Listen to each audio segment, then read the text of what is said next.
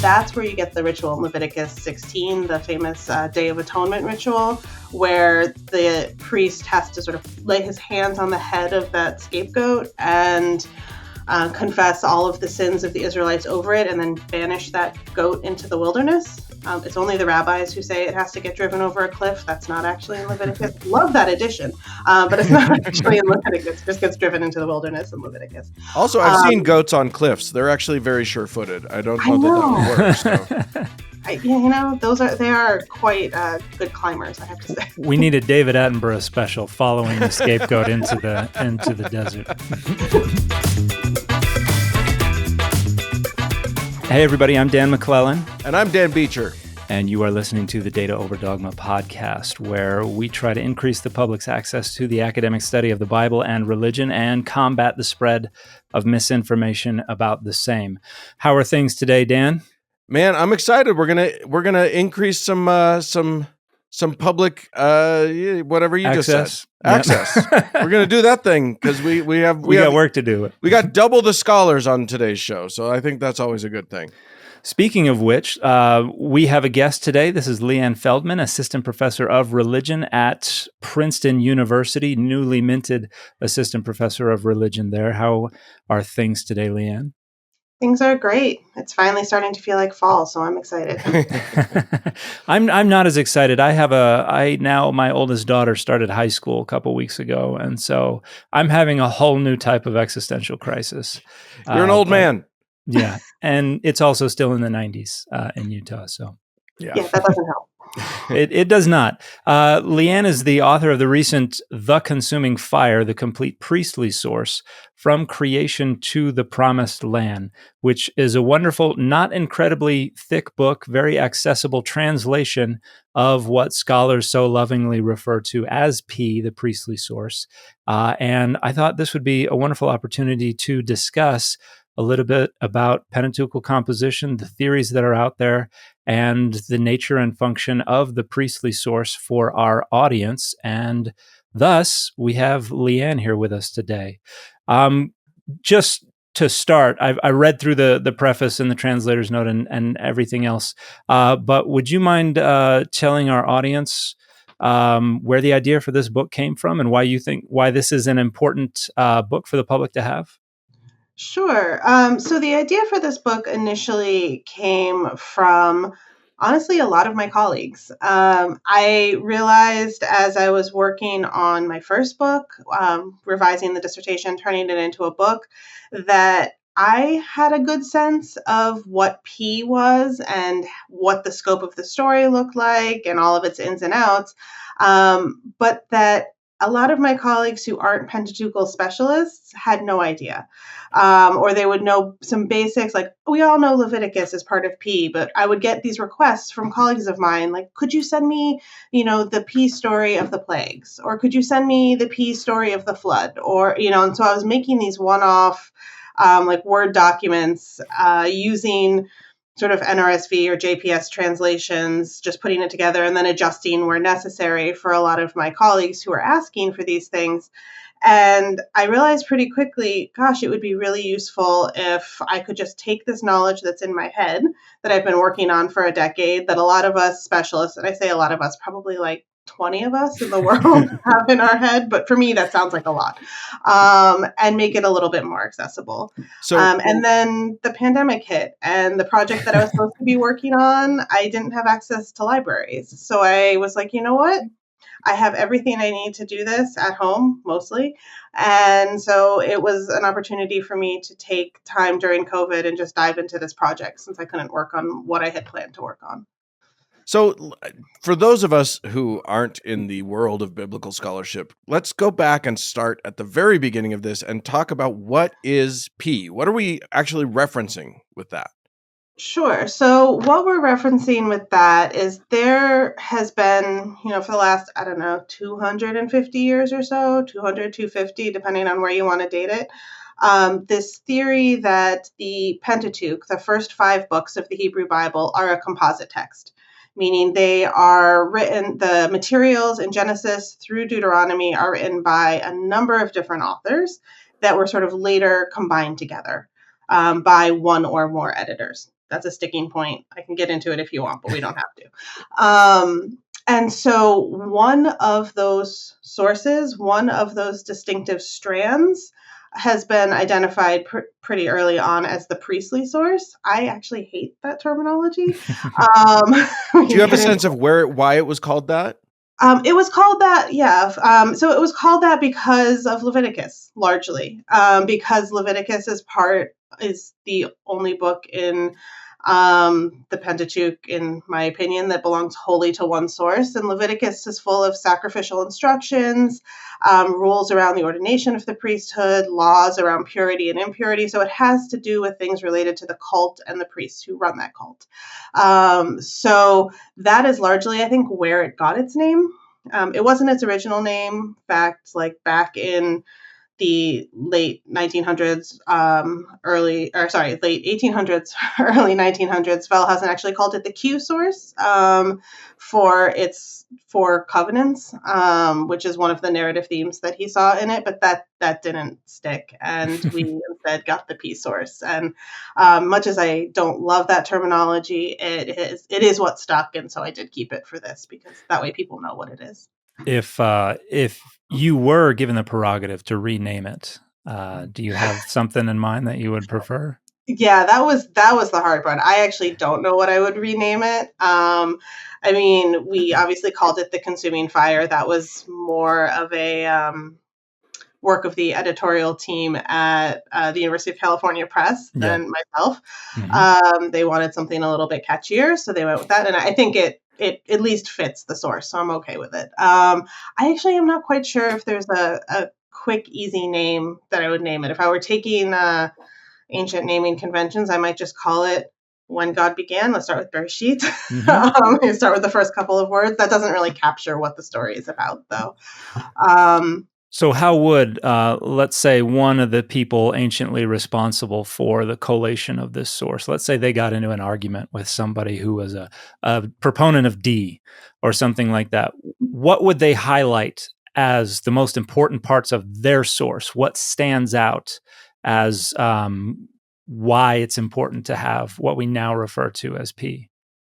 Yeah, so I think one of the most important parts of this source, one of the things that comes through in P that doesn't necessarily come through quite so strongly in any of the other sources, D included, is the idea that the Israelite cult, the sanctuary, the sacrifices made at that sanctuary are really the center of the life of Israelites, and that it's not something that is distant from their day-to-day activities, but that it's wholly and completely bound up in how their community is organized, how their life is arranged, and that the Israelites are fundamentally necessary for the maintenance and ongoing sort of continuation of this cult. And that right there is why I don't like calling it the priestly source, because it makes it sound like it's about the priests. Mm-hmm. And I really think that the priests are a part of it, but they are a means to an end of the Israelites really supporting this enterprise. And by calling it the priestly source, you kind of erase some of the lay Israelite involvement in the enterprise.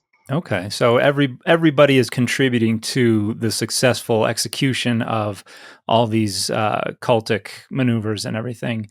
And within P, do we see the concern for how this activity contributes to cosmic order, to social order, to all those things, or is that coming from outside of P? Yeah, so I do think it's coming from within P to a degree. And here I should say I'm talking about P as if it's a unified whole, and I sort of treat it as a unified whole in this book, and that's a specific sort of editorial decision on my part.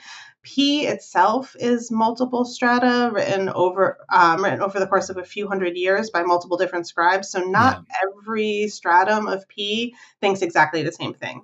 But I think what binds them together is that they all buy into fundamentally the same story and largely the same worldview, even as they quibble about how that might be executed. So with that caveat in place.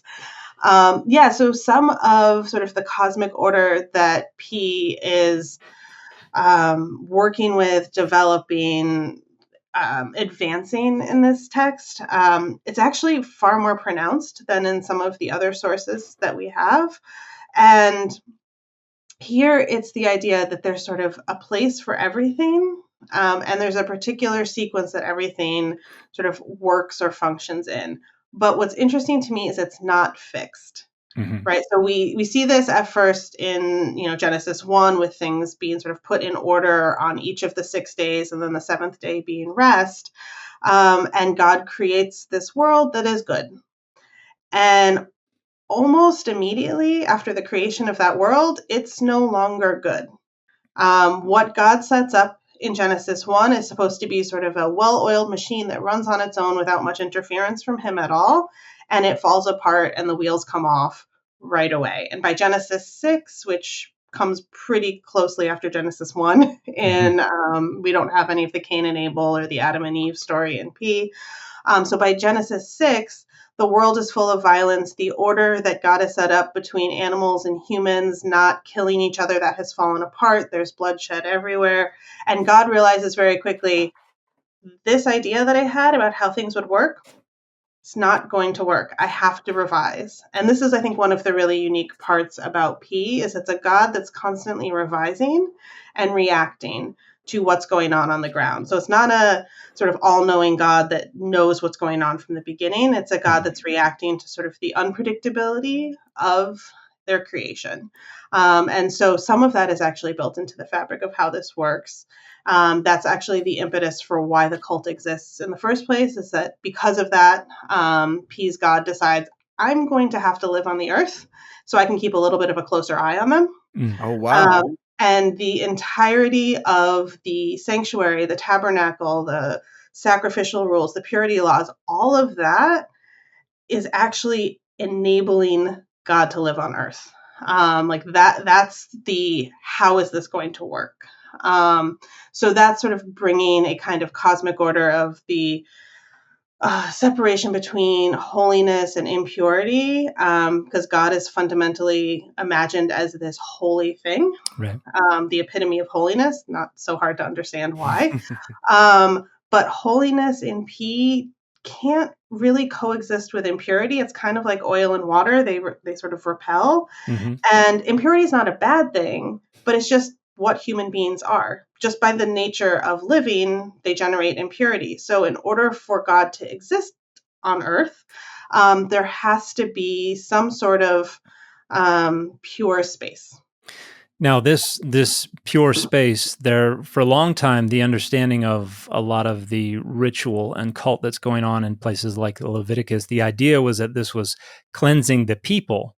But my understanding is that since the 70s and later, and even before that to some degree, the idea is now, no, this is cleansing the space from the people so that God's presence can dwell there, so that they are not driven out. And we see similar ideas where this sin that people are committing, it generates kind of a metaphysical contamination that pollutes the land.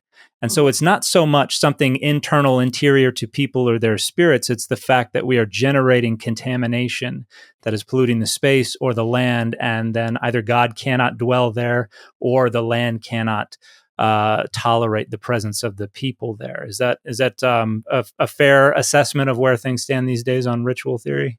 Yeah, absolutely. And so this was like Baruch Levine, Jacob Milgram. These are the people in the 70s, 80s, and 90s who really advanced this. Jacob Milgram's, 3,000-page commentary, which was my introduction to Leviticus as a first-year master's student. Oh gosh, that's I know. It's intimidating. like if you survive that, then you must really like Leviticus. Yeah.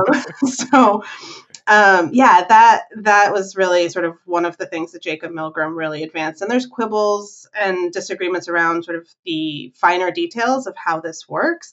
But by and large, I do think, Jacob Milgram was largely right, especially when it comes to sort of P proper, Leviticus 1 through 16, give or take a few things here and there. Mm-hmm. It gets a little bit different when we get into the holiness code, which is one of those other strata of P that I was talking about, that actually does have a little bit more of a focus on purifying the people themselves. And this is one of the things that it sort of extends. It's sort of both and. It's purify the space and purify the people in the holiness code.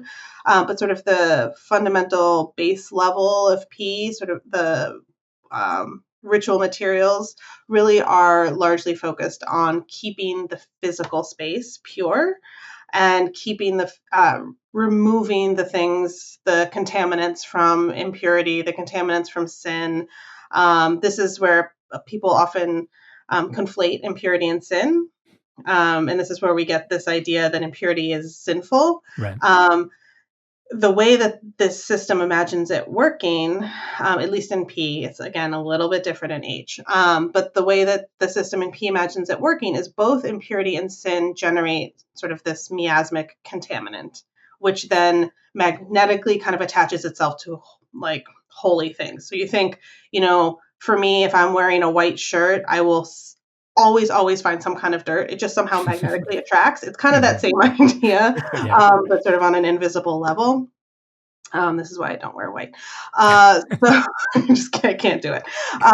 But this is how, so we have this sort of contamination from impurity or from sin. So the mechanism is the same, but the implications are different. So impurity is just natural. It's an inevitable part of human life. Sin is obviously not inevitable. It's not, and so the ways that these two things contaminate are a little bit different, but the fundamental premise is that they both contaminate, and so both things need to be purified from the sanctuary quite regularly in order to keep that sort of clean zone, that pure zone, so Yahweh can remain. I'm curious, would you talk just a little bit about like what kind of ritualistic things they would do to purify these areas? Yeah, so I'm happy to talk about what they are as long as you don't ask me why this is how it works. Absolutely no idea. And I have yet to see a good explanation for it. So largely the way that it seems to be imagined to work is that it's via the sacrifices. So this is largely what sacrifice is for, especially the involuntary ones, what I translate as decontamination offering. And I hope at this point it's a little bit clear why I'm translating it as decontamination offering and not just purification offering. So the decontamination offering and the asham, the guilt offering, these two are the ones that really do the work of cleaning. And it's these two types of sacrifices in particular where the priests, the regular Israelite slaughters the animal, but the priest manipulates the blood. And the blood of the animal gets smeared on very specific places, depending on who's offering the animal and what subtype of decontamination offering it is. So often it's on the horns of the altar. And there's two altars, so which horns and which altar depends on how severe the contamination is. But the idea is that by putting the blood on the horns of whichever altar is necessary, that is actually part of the decontamination process. This blood becomes a kind of ritual detergent that removes the impurity and removes sort of, I would say, the low to moderate level impurities. The really, really severe stuff, sort of the worst of the impurities, that's where you get the ritual in Leviticus 16, the famous Day of Atonement ritual, where the priest has to sort of lay his hands on the head of that scapegoat and confess all of the sins of the Israelites over it and then banish that goat into the wilderness. It's only the rabbis who say it has to get driven over a cliff. That's not actually in Leviticus. Love that addition, but it's not actually in Leviticus. It just gets driven into the wilderness in Leviticus. Also, I've seen goats on cliffs. They're actually very sure-footed. I don't know that would work. So. They are quite good climbers, I have to say. We need a David Attenborough special following the scapegoat into the desert. So I have a question. We've kind of talked a bit about P, but I'd like to situate this within the broader scholarship regarding Pentateuchal composition, just so people can gain a little bit better purchase on the relationship of this to other texts. And you've talked a bit about how P begins in Genesis 1, goes a tiny bit into Genesis 2, and then we pick up some genealogical stuff in Genesis 5. We skip over the B'nai Elohim in the beginning of Genesis 6, and we go right into the story of Noah. So those other stories come from somewhere. So could you talk a little bit about the other sources that are hypothesized to have been brought together into the Pentateuch, and then we'll get into the controversies about neodocumentarianism and some of the I other was going to stuff. say, which tack do you want me to take here? And I promise you, listeners at home, I'm going to try to make sure that we all understand this. Everything that's because these two can clearly get into weeds that I will never be able to climb into. So, yeah, well, we'll get there. I love it. This is great practice. I'm doing this with my students in like 2 weeks. So this is awesome. practice. Keep me out of the weeds. Glad we could help. So yeah, I was going to say there's a couple different ways to go about this, right? The most basic thing to say is that the Pentateuch is made up of 3 main blocks of material. And I think pretty much whatever methodology you come at this from, a supplementarian methodology or a neo-documentarian methodology, we all fundamentally agree about this. There's the priestly material, there's the Deuteronomic material, which is mostly everything in Deuteronomy, but not every single word. That's what we're calling D?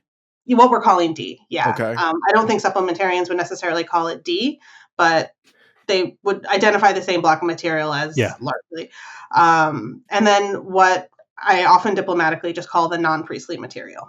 That is everything that's not P and not D. Okay. And the easiest way I can put this is that almost all of the ink that's been spilled over Pentateuchal composition is about that material, the non-priestly material. That's where our greatest disagreements lie. Not to say we don't have quibbles over bits and pieces of P and D. We do. But most of the disagreement is around the non-priestly materials. So from a neo-documentarian perspective, which is the methodology into which I was trained, and I will caveat this with saying, I spent all of my graduate years training as a neo-documentarian. I do think it's the best explanation for the evidence that we have, but I also am very much not an expert on the J and E, and I have only ever used neo-documentarianism insofar as it came to identifying P. Can we take just a second to describe what neo-documentarianism as opposed to the other thing that you said? Yeah, sure. So neo-documentarianism is let's say, revision, updating, rehabilitation, perhaps, of the idea introduced by Wellhausen, most famously by Wellhausen in the early 20th century, late 19th, early 20th century, that there are fundamentally 4 sources that make up the Pentateuch. What he named the Yahwist source, for us, J, German has no Y, so in German it's spelled with a J, so that's why we call it the J source. The Elohist source, E, the priestly source, P, and the Deuteronomist source. Wow, that one is a tongue twister. Or D. So the idea that there's these 4.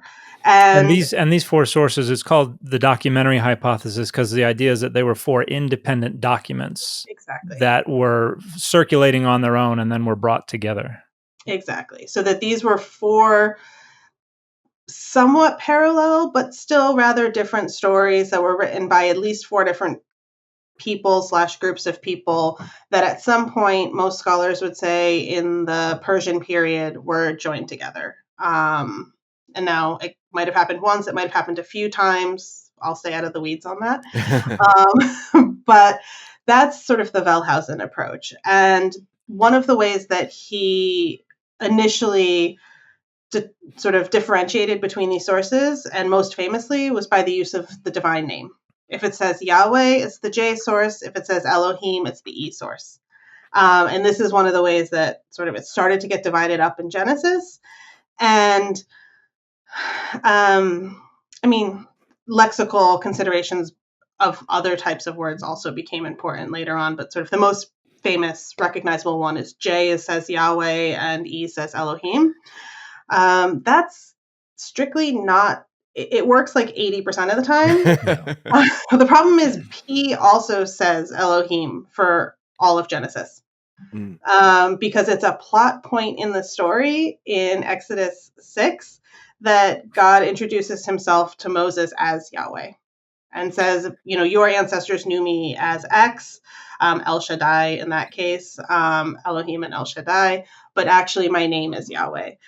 So it's not a foolproof situation. And this is one of the I know folks who prefer Mosaic authorship. Not many scholars, but in the broader public, a lot of folks believe that the documentary hypothesis is built entirely on this foundation that, oh, if it says Adonai or if it says Elohim, then that's a different source, and that makes for a rather brittle foundation. And so it's a way to kind of dismiss the whole thing, but that's really not the strongest evidence that we have for these literary layers.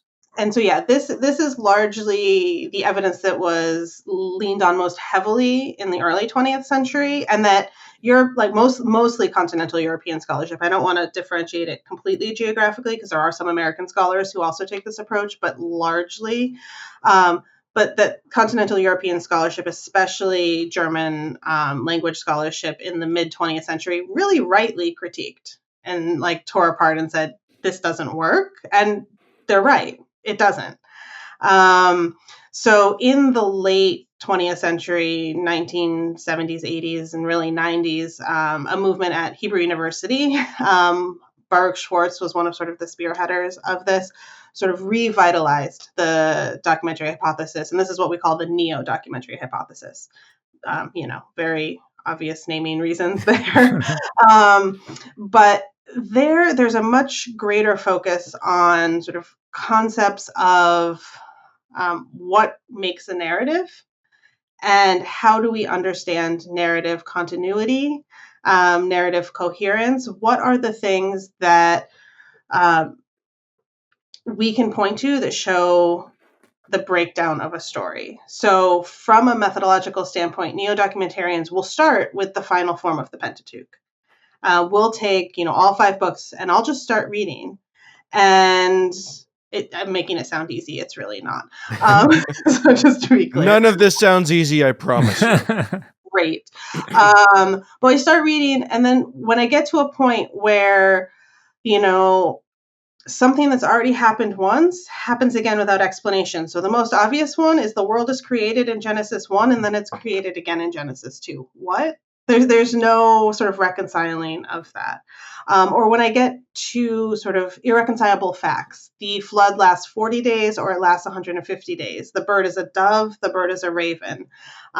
These are the kind of two, some of the flagship main things that we point to. But there's all sorts of smaller contradictions like that. A character all of a sudden seems to forget something that they had just said or just done and proceeds in a completely different direction. The characterization of a particular character is completely wildly different. These are the kind of things that we sort of flag, and we start to delineate sources on the basis of what we call narrative inconsistencies or narrative contradictions. So, another famous one is Moses. In Exodus, Moses goes up the mountain twice in a row without coming down. How's that work? So we sort of look at that. And when you start looking at these, when you start tracking these, you can sort of break them apart and see different strands. That's the really basic way of putting it. And what neo-documentarians argue is that when you break apart these strands, without adding any words, without subtracting any words, without changing the order of any words, with a few exceptions, I literally just published an essay with changing a couple orders, but without changing the order of most words, you have very continuous, coherent, consistent stories. And that's what makes it so compelling to me, is that you can get these 4 continuous stories that really make sense. And they actually tell fundamentally different stories, and they're internally consistent in terms of their characterization, in terms of their worldviews, in terms of the particular arguments that they're making. So when I'm talking about J, E, P, and D, I'm talking about 4 independent stories. So are we, sorry, this just clicked for me. When you talk about these different sources, do we have ancient source materials, or are these reconstructions based on pulling what we currently have apart? These are complete reconstructions. Okay. I had not understood that. I'm kind of dumb. So that's really interesting to me. Yeah. So most people don't realize that this is all hypothesis. Same on the supplementarian, which I'm happy to explain also. I think a really fun example is, well, for me, fun. For most people, just mind-numbingly dull. But a fun example is the story of Joseph being sold into slavery, because we seem to have, again, these narrative incongruities. And is it the Midianites? Is it the Ishmaelites? And there are all kinds of apologetic attempts to kind of gin up background details that aren't in the story to make it all fit. But you can tease these things apart based on these incongruities, and you come up with two somewhat parallel stories, their own beginnings, their own middles, and their own ends. And they tell the story in a different way. And that's one example where it doesn't seem like anything was lost. It seems like someone literally just took two stories and just kind of wove them together, which I think is very strong evidence that, at least in that case, we have very two clear different sources for this story. When we think about the Pentateuch as 5 separate books, you point out in the introduction that this division into 5 books was probably a product of technological limitations, where they could not preserve the entire thing on a single scroll. And Mhm. so it might not have been that all these sources came together to produce Genesis and then came together to produce Exodus, but that there was a single corpus Mhm. that was being brought together. And then at some point along the line, they were divided up into these kind of macro narratives with all the different patriarchal cycles of Genesis, and then getting into the story of the Exodus. Could you talk a little bit about that? Because I think that might surprise an awful lot of people. Yeah, so I find this surprises my students all the time, is that the idea of these books of Genesis, Exodus, Leviticus, Numbers, and Deuteronomy, no scribe set out to write Genesis. No scribe even set out to write Leviticus. And I can get into some arguments with, especially I'm thinking here if Christoph Nihan might disagree with me here. But I think no scribe set out to write Leviticus.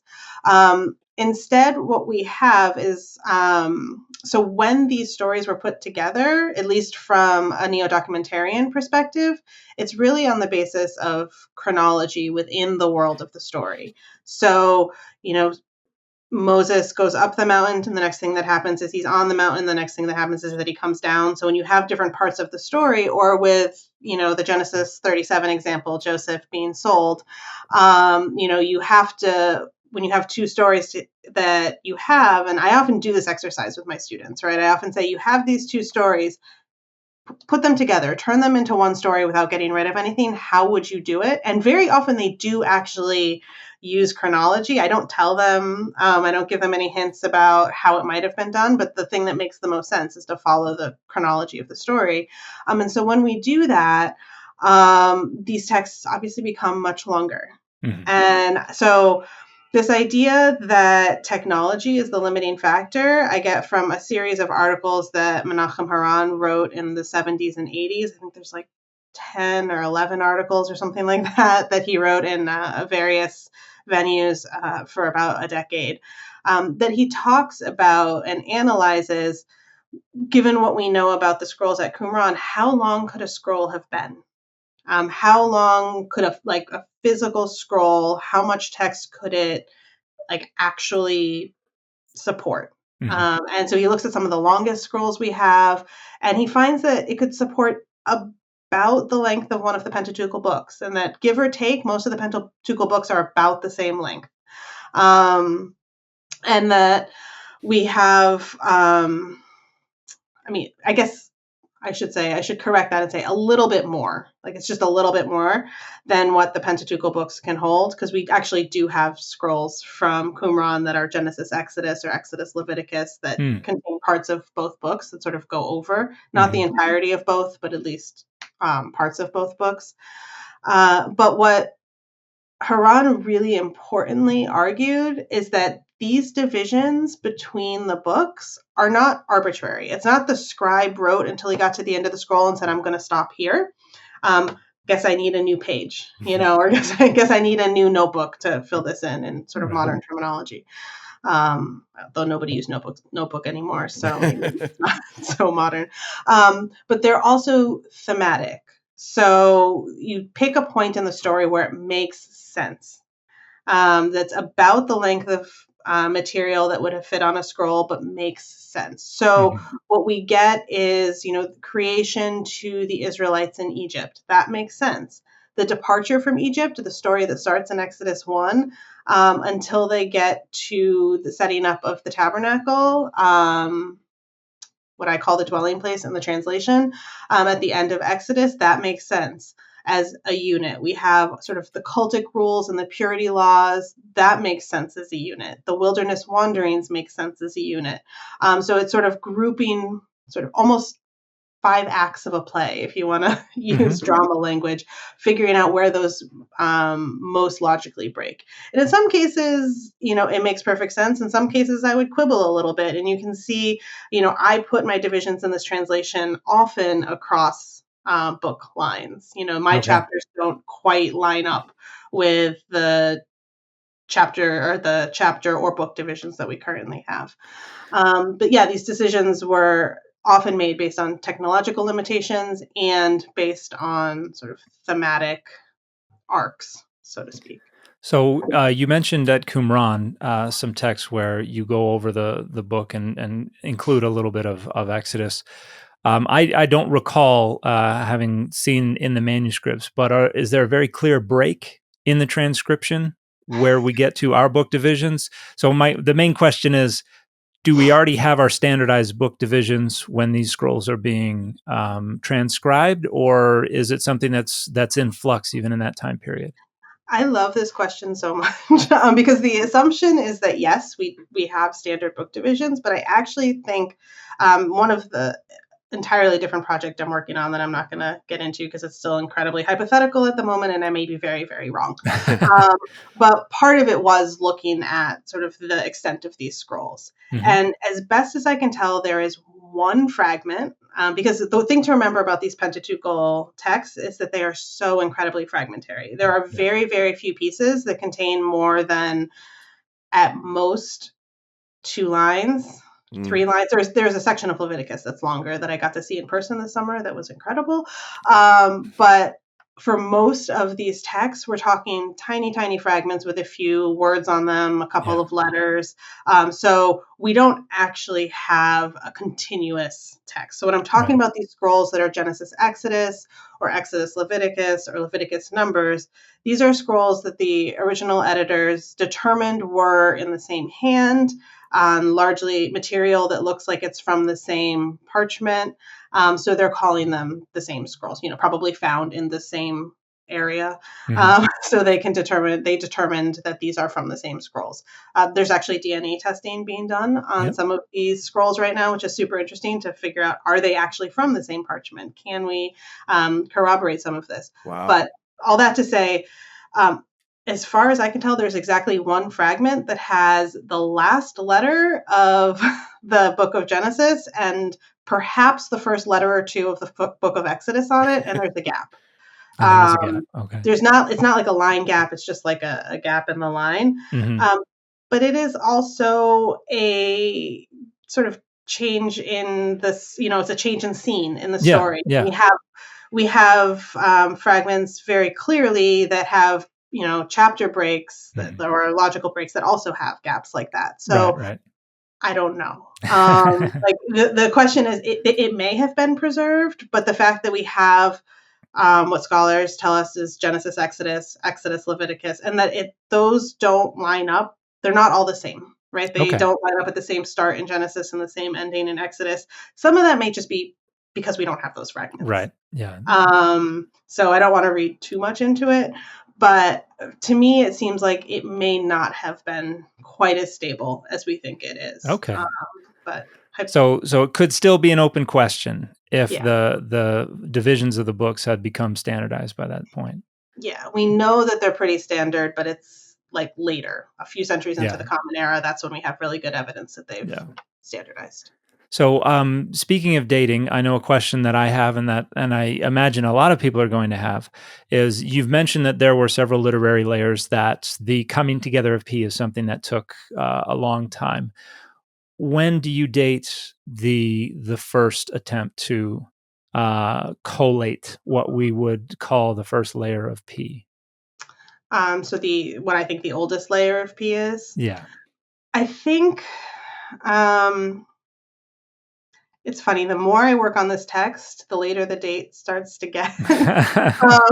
But I do think I would still hold to late seventh, like 7th to 6th century context. I do think we have some material here, and it's mostly me looking at the architecture described in the tabernacle and really seeing Neo-Assyrian style temple blueprint. Okay.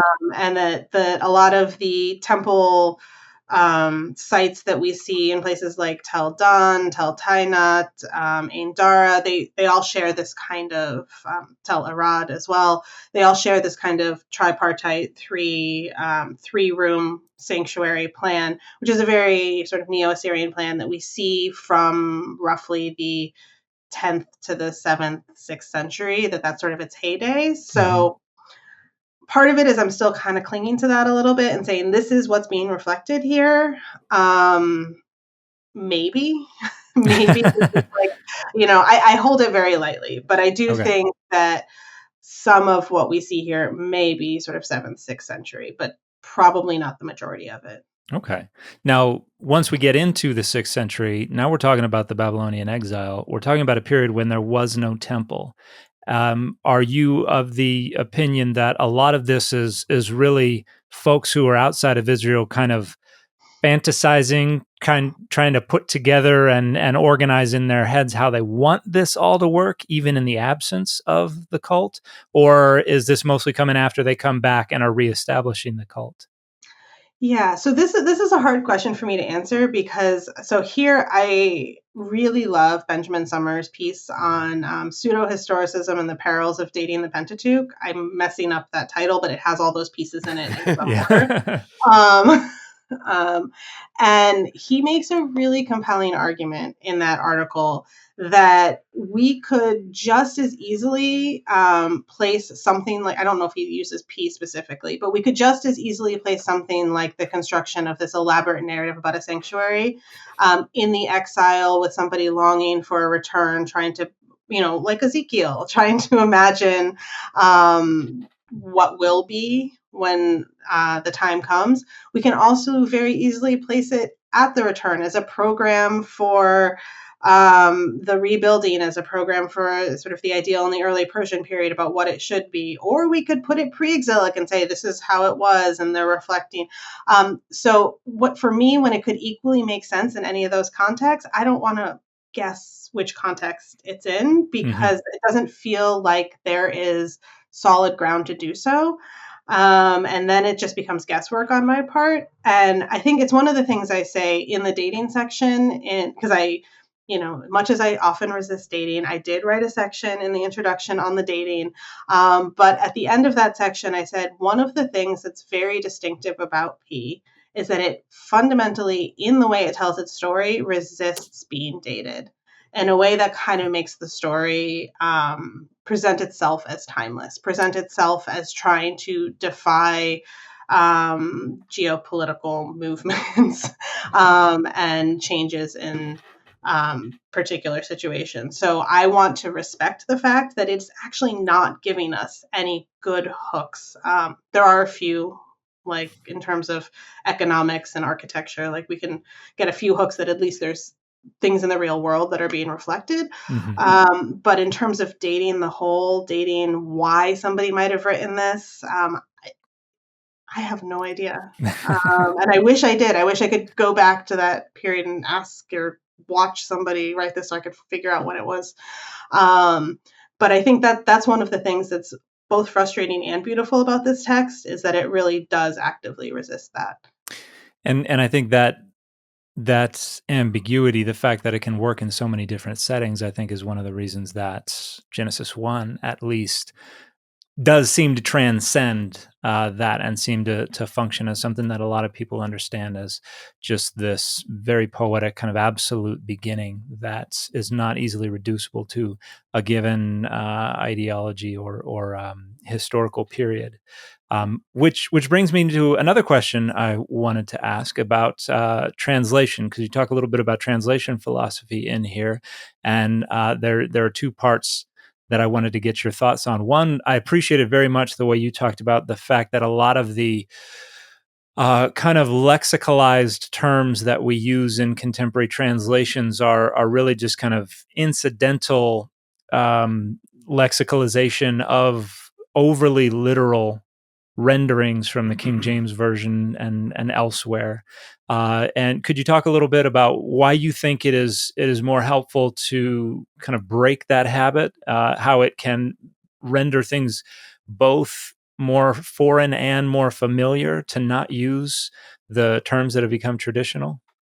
Yeah, so one of the big ones for me in this translation was tabernacle. And I've used it, I don't know how many times in this interview, because it's a really hard habit to break. And when it comes to speaking with other scholars, I just default to tabernacle because that's what they know, and that's Yeah. how I can communicate effectively.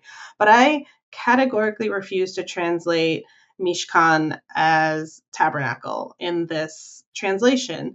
Now, I never learned Latin, so forgive me, all those who are listening who do know Latin. But my understanding of the research I did is that tabernacle is a pretty literal translation of Mishkan in the Latin, meaning like hut, house. And that's fantastic because that means that when we had it translated, via the Vulgate and into the King James, tabernacle really was capturing the idea that this sanctuary, this Mishkan, is a physical home for the deity to dwell in. But my issue with using that is that it's become a pretty static term in modern American English, and my aim was to translate this into modern American English. That was what I was going for. And we hear tabernacle and we think, either the Mormon choir, there's that. We think, there's churches with the name tabernacle in the name, or we think some weird structure that I'm not quite sure what it is. It seems kind of, it's some particular ritual thing, and I don't know what that is. That's often what I get from students. Oh, that ritual thing, when I say tabernacle. And that actually takes the structure that is quite literally, in my opinion, the beating heart of the P source, and makes it completely sterile. It makes it something so other that we actually forget. And the word tabernacle enables the reader to forget what it is. Because it's not something that we're familiar with. And Mishkan, quite literally in Hebrew, means the place of dwelling. The verb there means to dwell or to live, and the mem on the beginning of it is sort of a type of noun that indicates a place where something happens. So it quite literally means dwelling place.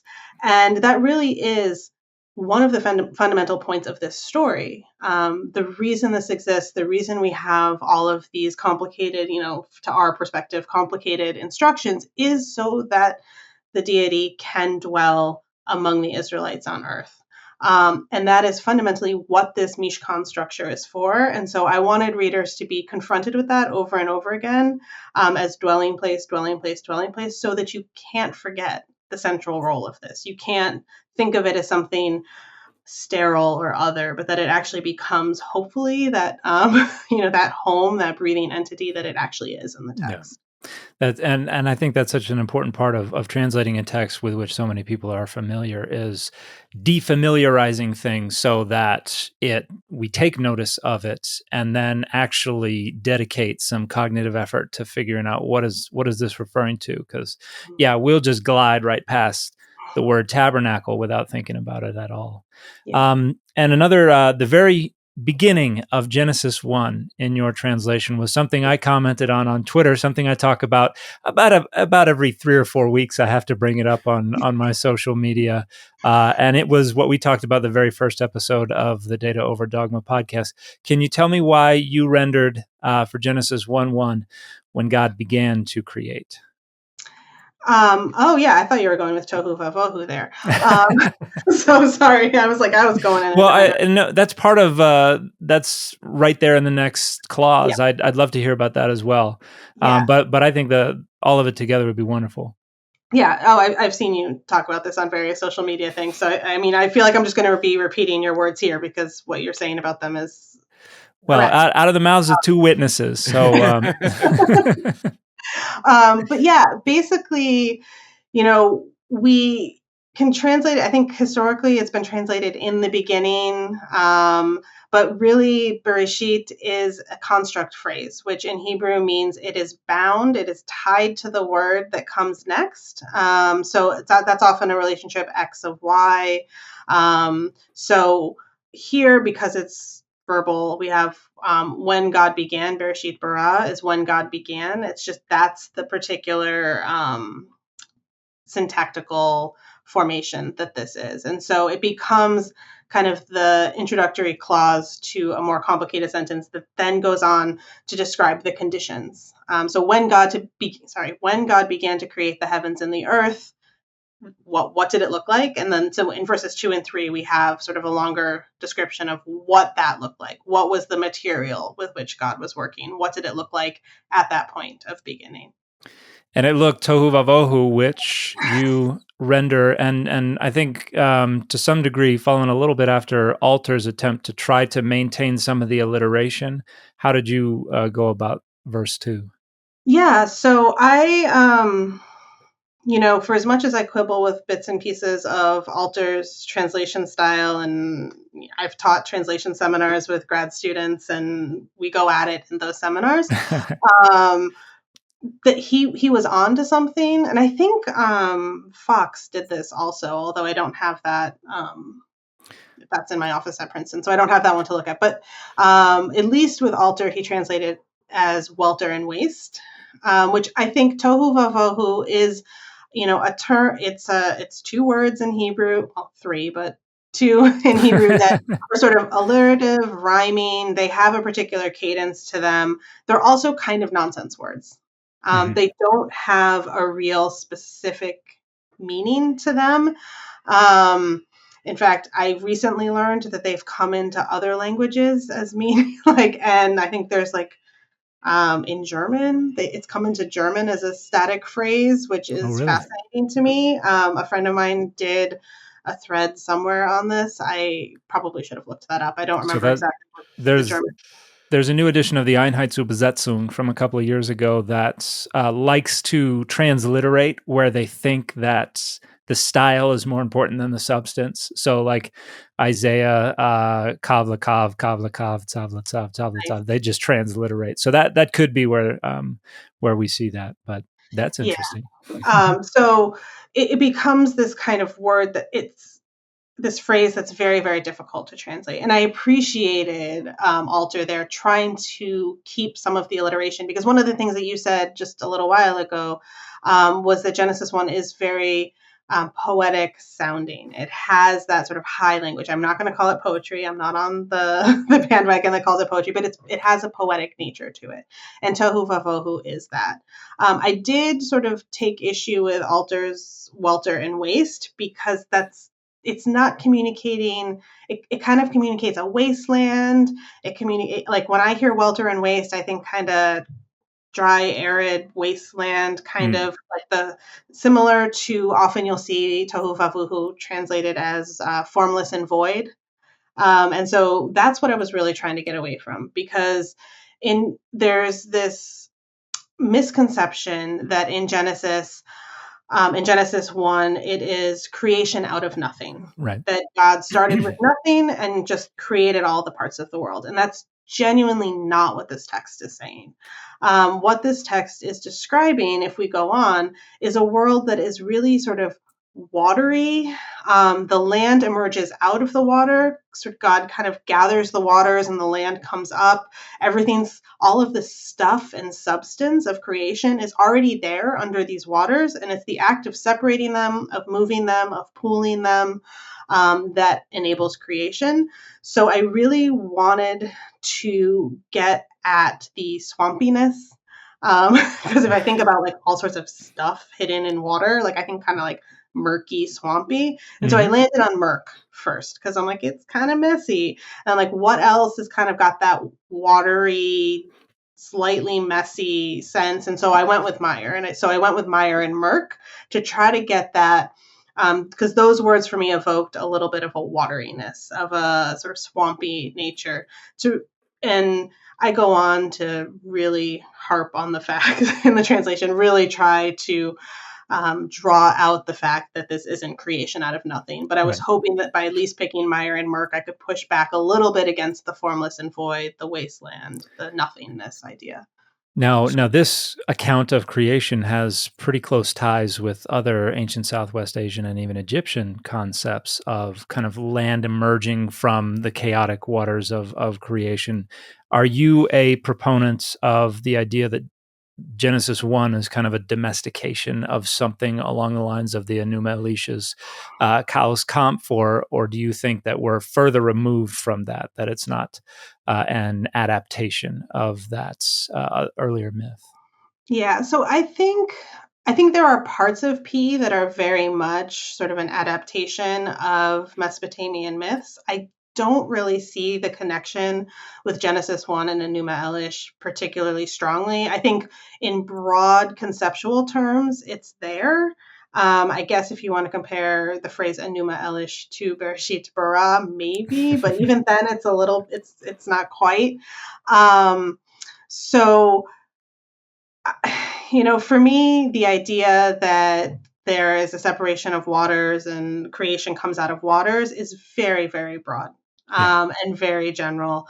And I'm not necessarily a proponent of Genesis 1 is taking this directly from Enuma Elish so much as the idea of creation out of a watery mess is something that is, in the lore of the area. Kind of drawn from a shared matrix without necessarily being directly Exactly. influenced by I would talk differently about the flood story in Atrahasis, but at least in terms of Enuma Elish, not so much. Okay, so somewhat similar to David Sumura's take in Creation and Chaos. Yeah. Okay. Very cool. Well, and that actually ties into I think that obviously we have our one creation account in Genesis 1. We have another creation account in Genesis 2 and 3, which is the work of another source. And then we also, I and many other scholars have argued, have at least one more creation account, or at least vestiges of one more creation account in the scattered around Isaiah and Psalms and Job and elsewhere. And I'm going to be teaching an online class on that on September 20th. So anyone interested in hearing my own take on what's going on across these three different creation accounts is welcome to check out the. We'll put a link in the description to didascaloid.com. Nice. Solid plug, Dan. But solid I gotta. Plug. We were at a podcasting conference, and every time someone who recognized me came up to say hi, Dan would lean in and say, "Did you know he has a podcast?" And they would all say, "No, I didn't." And so I'm trying to become a better business person, at least trying to cross promoter. A cross promoter, yeah. Is that the jargon? So I'm sorry to step all over your interview with that bit of self promotion, Liane, but I'm very glad to have been able to tee that up for you. That's right. But Liane, before we sign out, I want you to plug whatever you have to plug. Talk to us about your book. Tell us where we can get it. Talk to us about anything else you want us to know about in your work. Yeah, sure. This book is published by the University of California Press. Say the title of it one more time. Oh, sure. I have it right here. The Consuming Fire, the Complete Priestly Source from Creation to the Promised Land. A bit of an audacious title. You'll see I qualify that in the introduction, from the neo-documentarian perspective anyway. So it's available from the University of California Press. It was incredibly important to me that it was affordable. So I think the book before any applicable discounts is like $19 or something like that. $19.95 is the retail price. There we go. And I have a discount code that I can email if you want to include it with this, that I think gets either 30 or 40% off, brings it down to around $13. Yeah, there you go. So there's that. The only other thing I will plug is that I am in the very final stages of finishing the next edition of this, which should be coming out sometime in probably later 2024, which is everything that's in here, but also the Hebrew text.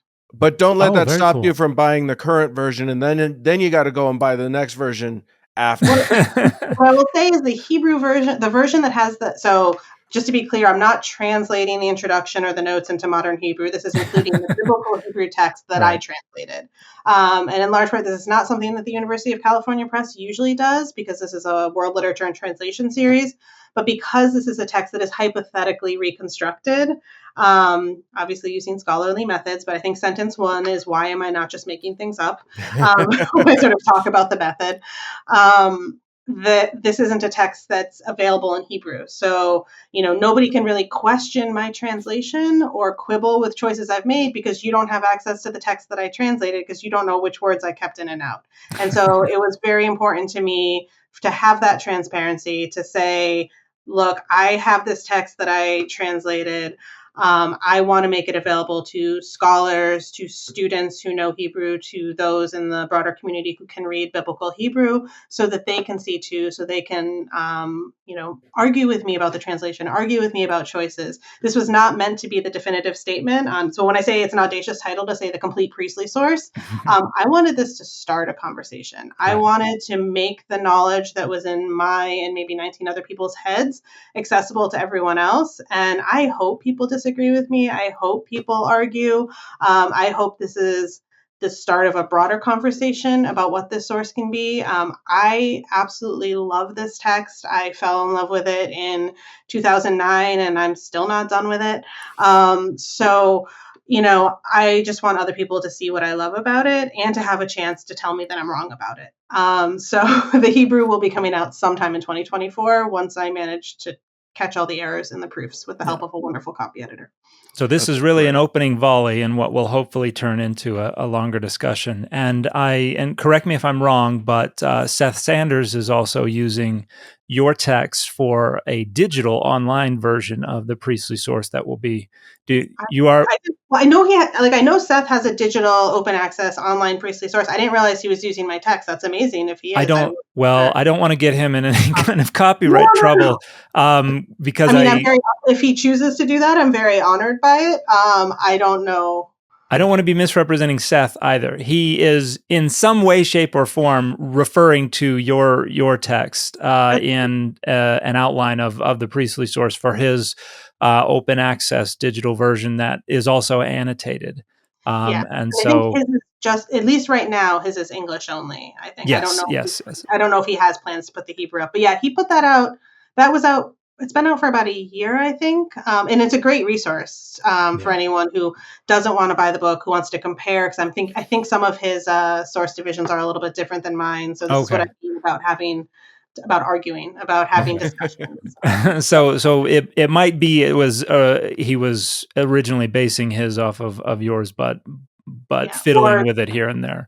Or he had, when I looked at it a year ago, he had based it off something else. Then my book came out. Maybe he changed something. Maybe he didn't. I don't know. I haven't looked at it since. Okay. Well, you should still go ahead, and this is a very affordable book, and the introduction and the translator's note is worth the price of admission, just because I think there are important principles in there that a lot of folks who are not among the 19 other people in the world who really have a firm grasp on these data, I think that can help a lot of folks orient themselves to understanding what's going on with Pentateuchal criticism, at least as it pertains to the priestly source, P, perhaps the most important source in the Pentateuch.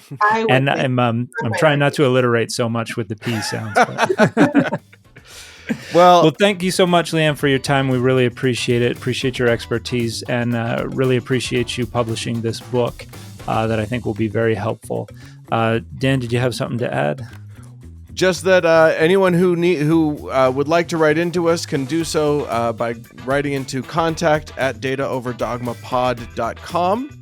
If you would like to support this show and all of its goals, you can go to patreon.com/dataoverdogma and kick a couple bucks our way. Liane, thank you so much for joining us. We really appreciate having you on. Thank you for having me. This was a blast. Excellent. Bye, everybody. Take care.